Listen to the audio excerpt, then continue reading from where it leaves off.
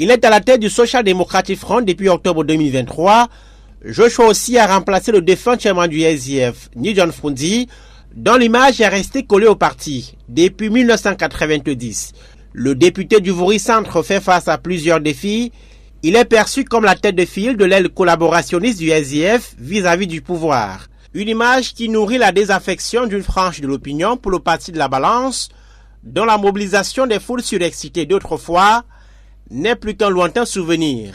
Dans les régions anglophones, le conflit meurtrier qui y perdure a déstabilisé le fief historique de la formation politique, des éléments et d'autres qui avaient déjà rétrogradé le SDF pour la première fois de son histoire à la 4e position à une élection présidentielle en 2018 avec 3% de suffrage, l'actuel président étant le porte-étendard du parti à l'époque.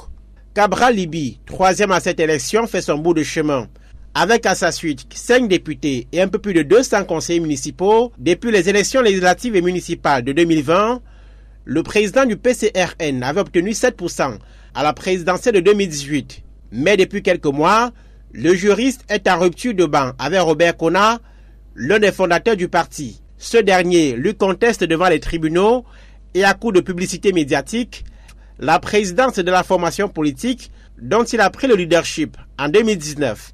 Alors que le malaise s'est corsé, Cabral Libby voit la main du ministre de l'administration territoriale visant à le disqualifier pour le prochain scrutin présidentiel. Maurice Kamto, 2e à la présidentielle de 2018, lui a reçu un soutien.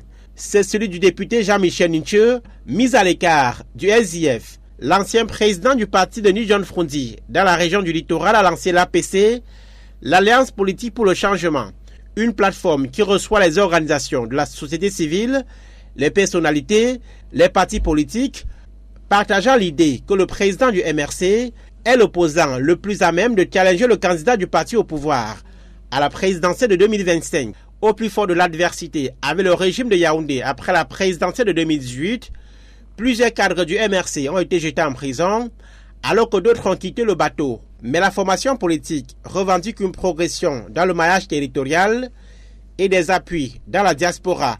Le moins que l'on puisse dire, à moins d'un an de la présidentielle de 2025, c'est que les figures de l'opposition ne sont pas logées à la même enseigne.